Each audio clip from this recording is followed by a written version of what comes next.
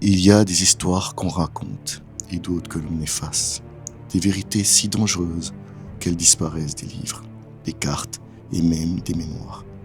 Mais certaines rumeurs résistent, portées par ceux qui ont vu et qui n'ont jamais oublié. 38 ans en arrière, sur une île que personne ne peut plus trouver, s'est déroulée l'une des batailles les plus étranges et les plus sanglantes de l'histoire, God Valley. Ce jour-là, le monde a vu l'impensable. Goldie Roger, le futur roi des pirates, s'allie à Monkey D. Garp, le héros de la marine, pour affronter le monstre de son époque, Rod Dick Zebek. Officiellement, ce fut une victoire, une bataille héroïque qui mit fin au rêve d'un homme dangereux. Mais si tout cela n'était qu'un mensonge, et si Zebek n'était pas tombé sous les coups de Roger ou de Garp, mais trahi par l'un des siens, et si ce traître c'était Harald, le guerrier d'Elbaf, ce jour-là, une simple trahison aurait déclenché un effet papillon, disons un jeune Kaido, changeant le destin des plus grands pirates et lançant une course vers la vérité que le gouvernement mondial tente encore aujourd'hui de nous cacher. Et si tout ce que vous croyez savoir sur God Valley était en réalité faux depuis le début?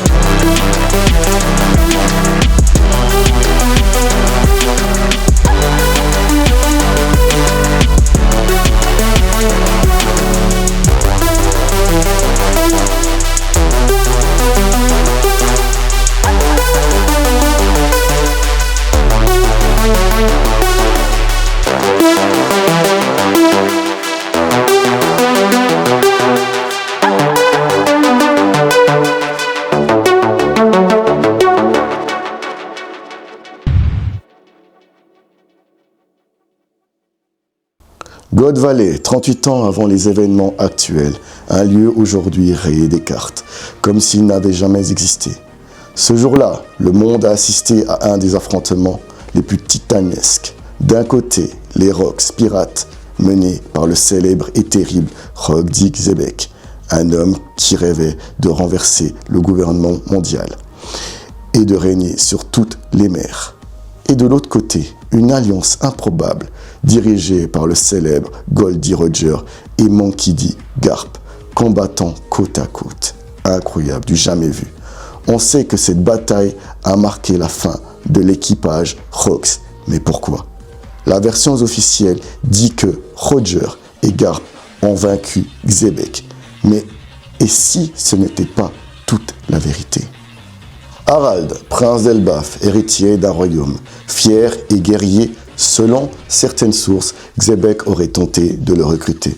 Peut-être l'a-t-il approché lors d'une rêverie ou d'une mission à Elbaf. Mais Harald refuse. Pourquoi? Par loyauté à son peuple ou par méfiance envers les ambitions de Zebek? La question demeure. Et si ce refus avait planté les graines d'une rivalité personnelle? Je dirais plutôt un lien fragile qui se briserait à God Valley.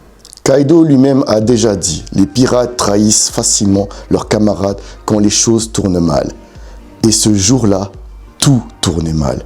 La marine, Roger, des forces imprévisibles, le chaos total. Imaginez Zebek blessé, entouré d'ennemis. Harald, son second ou allié clé, comprend qu'il ne gagnera pas. Et c'est là qu'il porte le coup fatal. Non pas pour sauver Roger, non pas pour sauver Garp, mais pour Harald lui-même.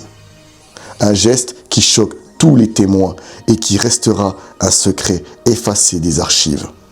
Parmi ces témoins, un jeune pirate, Kaido. Il idolâtrait Xebec, voyant en lui un capitaine invincible. Et ce jour-là, il voit son héros tomber, non pas par la force brute de l'ennemi, mais par la trahison d'un ami proche. Imaginez l'impact psychologique qu'a ressenti Kaido en apprenant que la loyauté est une illusion, que le pouvoir se prend par la force et que la faiblesse mène à la mort. C'est ce traumatisme qui façonnera le monstre sans foi ni loi qu'il deviendra. Un Kaido qui ne fait confiance à personne, qui ne recrute qu'en soumettant ses hommes. Dans cette théorie, Harald n'est pas seulement le traître, c'est aussi le père de Loki, futur prince d'Elbaf. Et lorsque Loki apprend la vérité, il tue son propre père, un acte brutal qui secoue Elbaf et rebat toutes les cartes de l'avenir du royaume. Ce parricide efface la trace de la trahison aux yeux du monde. Mais le traumatisme reste. Avant de tomber, Xebec aurait prononcé un discours que seuls les présents à God Valley ont entendu. Le gouvernement mondial est une façade, que ce monde repose sur des mensonges. Les peuples sont manipulés et la vérité, je l'ai trouvée. Ces mots résonnent dans l'esprit de Roger et de Dragon, peut-être même de certains marines présents. Ce discours pourrait être la véritable point de départ de la quête du One Piece et de la volonté de renverser le gouvernement mondial. Si cette théorie est vraie, alors l'histoire de One Piece telle qu'on la connaît est un mensonge. La chute de Xebec ne serait pas l'acte héroïque de Roger ni de Garp, mais une trahison interne. Et cette trahison aurait façonné non seulement Kaido, mais aussi l'avenir du monde. Et vous, croyez-vous que la vérité de God Valley est encore plus sombre que ce que le gouvernement nous laisse croire? Dites-moi ce que vous en pensez dans les commentaires et on se retrouve pour la prochaine théorie. À plus tard, mes Nakama.